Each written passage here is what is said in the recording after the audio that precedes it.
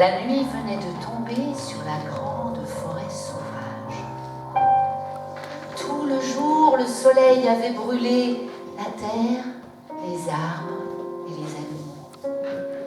Maintenant, il était parti se coucher, là-bas, au creux des montagnes violettes. Tout reposait maintenant. La lune éclairait le paysage de sa pâle lueur. Et tous les animaux dormaient dans leur tanière. Dans une clairière, un petit moucheron reposait sur un brin d'herbe.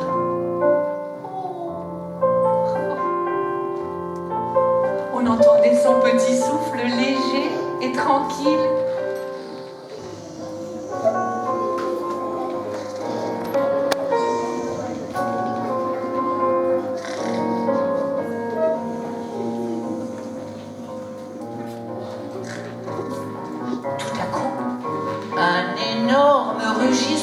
Se fit entendre, qui ameuta toute la forêt. Réveillé en sursaut, le petit moucheron scruta l'obscurité de ses c'était un lion énorme qui cherchait son dîner. Quelle idée de réveiller toute la forêt! Que venez-vous faire ici? Allez vous coucher, grosse bête! Non mais de quel droit réveillez-vous tous les animaux de la forêt? Du droit du plus fort, rugit le lion qui était très en colère. Je suis le roi des animaux. Alors ça, tiens. Alors comme ça, vous vous croyez le roi des animaux? Je le crois et le prouve, rugit le lion. Oh, alors ça m'étonnerait, ricana le petit moucheron, car le roi des animaux, c'est moi. 2 et 2, 4, 4 et 4 font 8, 8 et 8 font 16. Répétez, dit le maître. 2 et 2, 4, 4 et 4, 8, 8 et 8 font 16.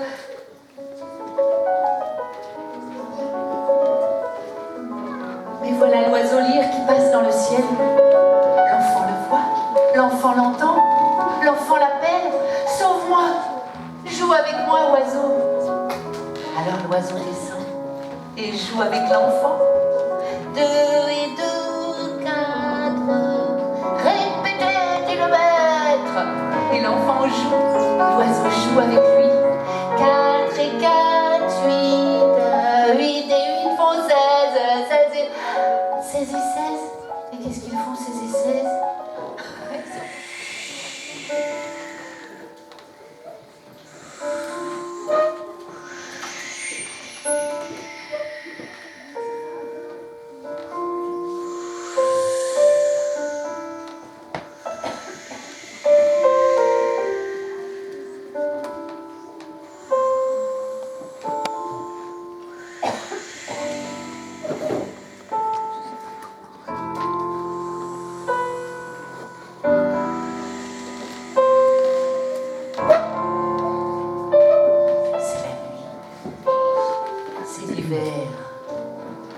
La neige a recouvert tout le paysage.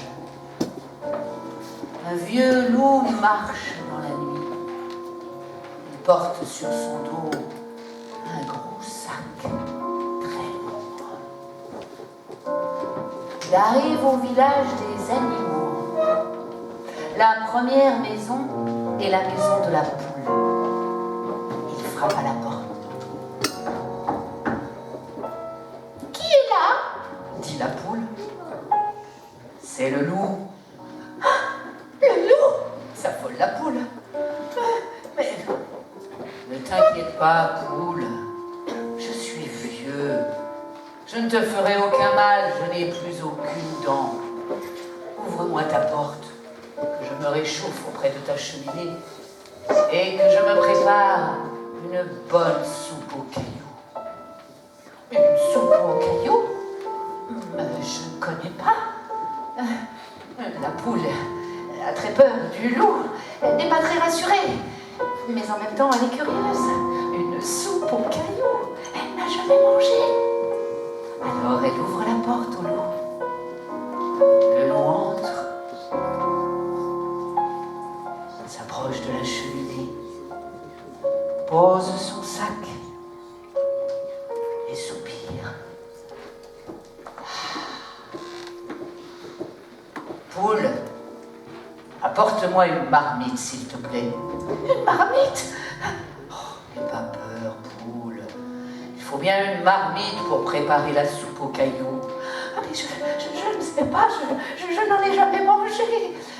Eh bien, pour faire une soupe aux cailloux, prendre une marmite, mettre un gros caillou dedans et ajouter de l'eau et attendre que ça bout.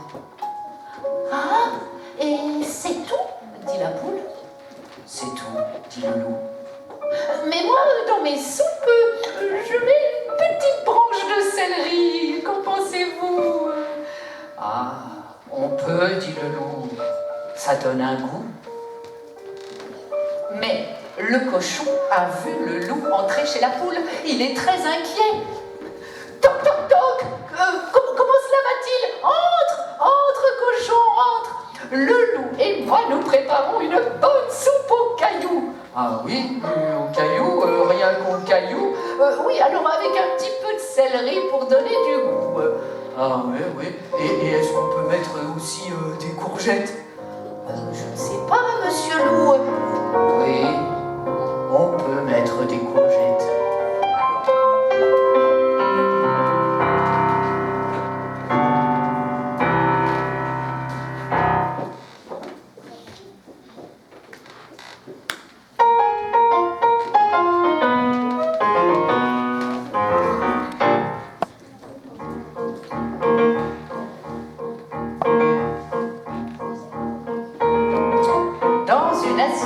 Bien ronde en porcelaine réelle, une pomme pose.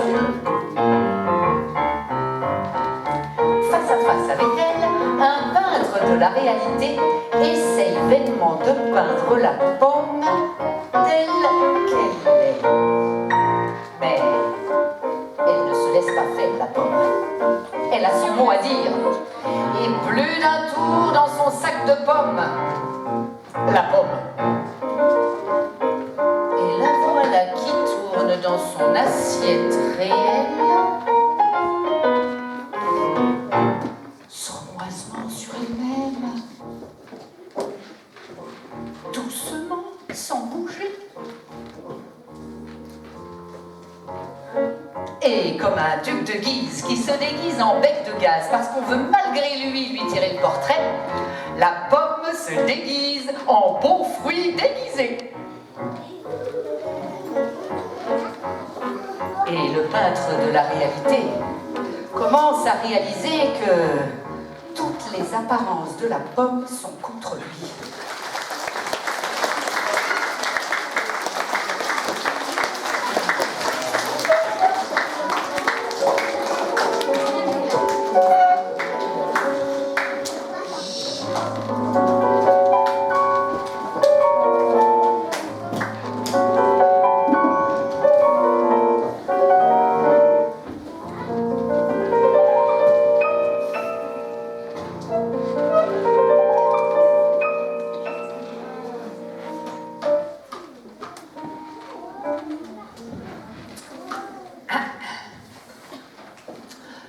Faire le portrait d'un oiseau.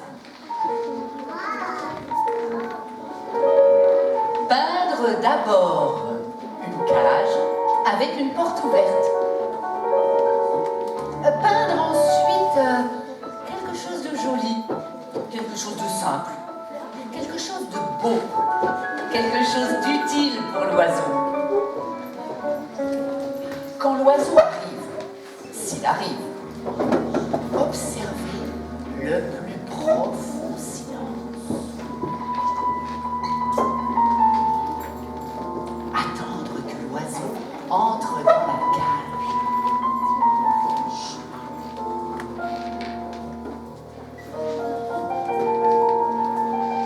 Et quand il est entré, fermez doucement la porte avec le pinceau. Puis, effacez un à un tous les barreaux en ayant soin de ne toucher à aucune des plumes de l'oiseau.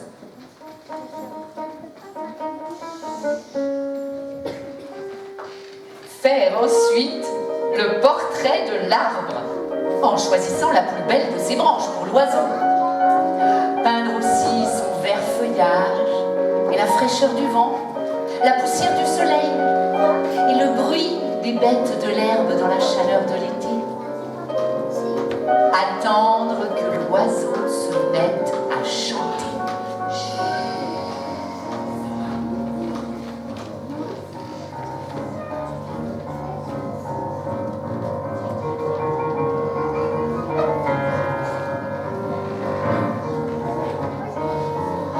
Si l'oiseau ne chante pas, c'est mauvais signe. Signe que le tableau est mauvais.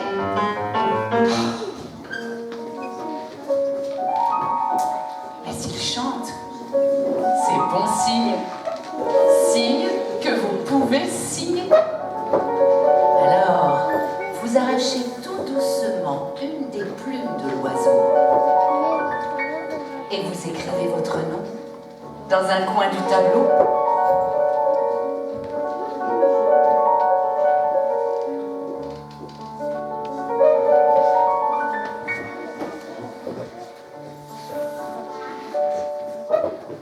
Jacques Prévert.